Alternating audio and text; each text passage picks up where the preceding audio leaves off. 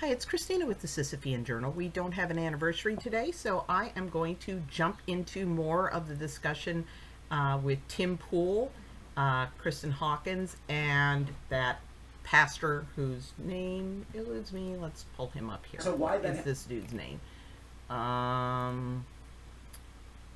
Ryan Phipps. So this is, well, just click below to get my playlist, and of course click below to get Tim's excellent visit. So we're going to listen a little bit.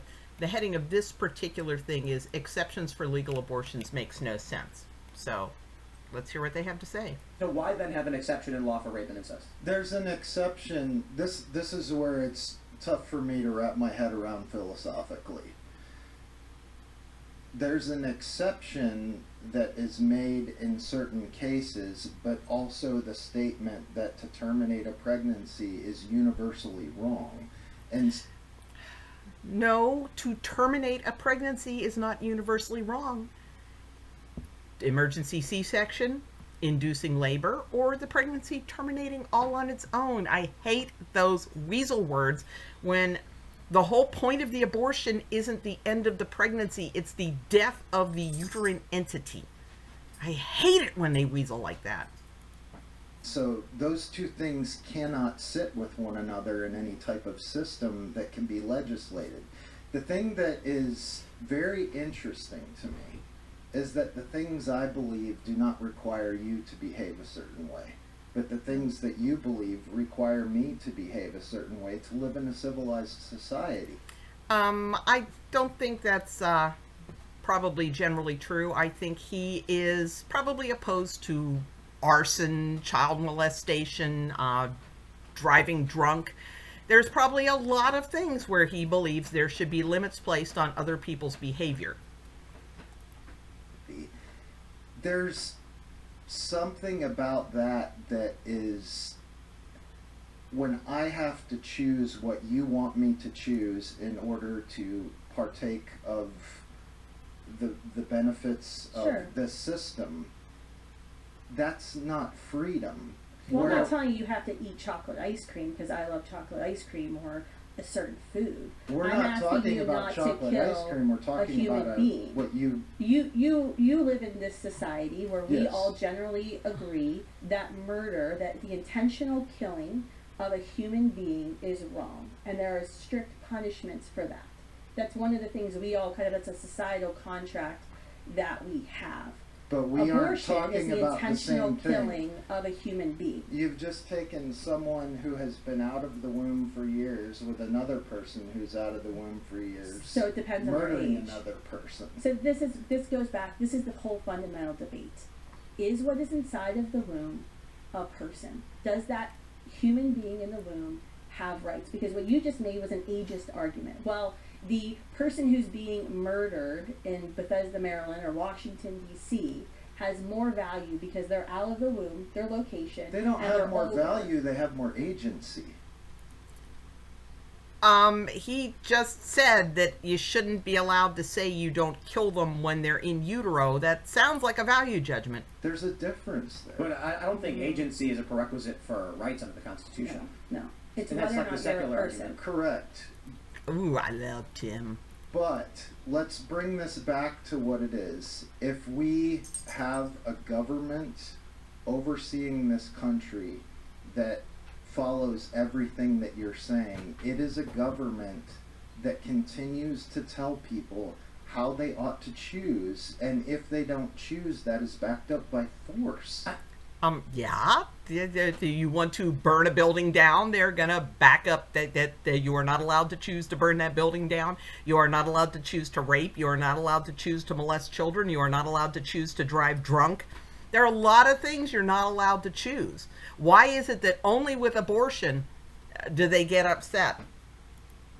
I need to pause it there and correct what I just said, because there is some nuance to this. There is an agency requirement to be able to pursue life, liberty, and happiness as you see fit. Babies don't Well, commit I mean, then you murder. get into disabled people, right? Yeah, So you if- say if- disabled people have less agency, but that doesn't make them less persons. Right, That doesn't make them less so valuable. The issue is there are certain rights that you are guaranteed regardless of your agency, and there are certain things we don't let people do if they lack specific agency. That's true. So someone who's got a severe developmental disability, we're not going to give a driver's license to, but driver's license is not a Yeah, right. but they have a right to live. You wouldn't kill Right. them because you would say you have an intellectual disability, you're not capable of driving without harming yourself or Right. In others. fact, quite the opposite. When there are oftentimes these horrifying stories in the press where family had like a severely disabled child and then they kill the kid because they're like the burden was too great on my family. They go to jail. You go to Yeah, prison for that. That's right. And there are some stories that are really horrifying where children with severe disabilities die and the parents get accused of wrongdoing when they were trying to help the That's kid. right. It's horrifying. But anyway, I digress. Where were we?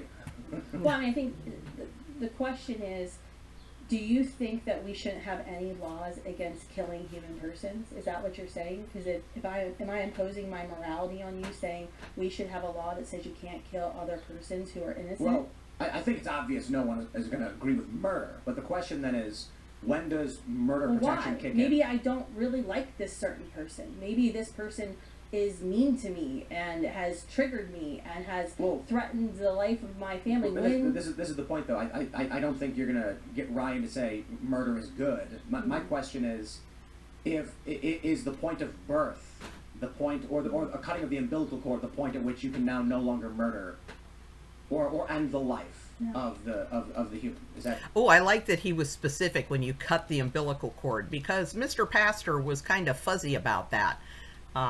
He started talking about he's no longer attached to his mother, but then he started saying that what makes you valuable as a human being is your ability to plan and make choices and stuff, which, newborns can't do. The issue, I guess. Cutting the umbilical cord. You were saying earlier that the baby is dependent upon the mother, and so someone who is free of the body and has their own agency, that's a murder, but the baby attached to the mother is not the same thing. So is that the differentiator? What I am saying is that ought to be the choice of the mother, and it should happen between her and the doctor. He's not even saying, when you cut the cord. He's arguing for post-birth abortion, a fourth trimester abortion, the perinatal period. Baby comes out and what was his name? Pete Singer, I think. Let me look that up. Who's it? Bioethicist.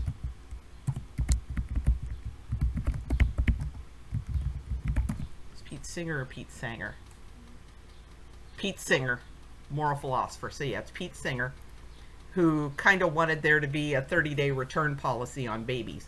And this sounds like this guy's like, it should be a discussion with the mother and the doctor and whatever, and they make their decision. And Tim's like, are they no longer allowed to make that decision at the point the cord's cut? And he's waffling. He's not even willing to say that, once the cord's cut, you're not allowed to kill this human. Discussing things, and the federal government shouldn't have anything to why do do you with it. think I, as a mother, get to choose whether or not the human inside of me has the right to life? Hey, no, Kristan, back up. You need to get to the fact that he wouldn't even put cutting the cord as the demarcation point. He's arguing that you should be allowed to have a discussion with the family and the doctor after you cut the cord. He just said that. Let's see if Tim picks up on it. Because you get to choose whether or not to create life in the first place. Well, yes, having sex with my husband is a choice. Yes. Right? So your choice really comes before conception, unless you're talking about sexual assault. Everything choice is about before. choice. It's all you should be free to do what you want to do, and I shouldn't be able to It's very scary. make you choose that. I think that, like what I was saying, there's a reason we have laws, and there's a lot of questions about what is the role of government. But fundamentally, we should all be able to agree that the main reason we have laws is to protect others from harming others, from limiting our life, liberty, and pursuit of happiness. I mean, think about the issue.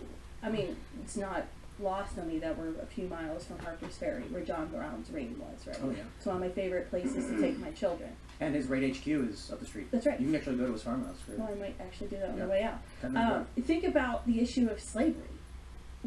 Nobody in our society today says, yes, you can own another person. You can strip another person of their liberty in order to pursue your happiness, your profit. We would all say that that is wrong. And no one would say, well, it's my choice versus your choice. I mean, that was the argument that helped keep slavery illegal. If you don't want to own another person, then you don't have to. You're free to pay your farm laborers. But if you want to own another person, you can. Okay, so we're 10 minutes into this, so we're going to call an end to this. But this is a very interesting discussion, and come back tomorrow for more.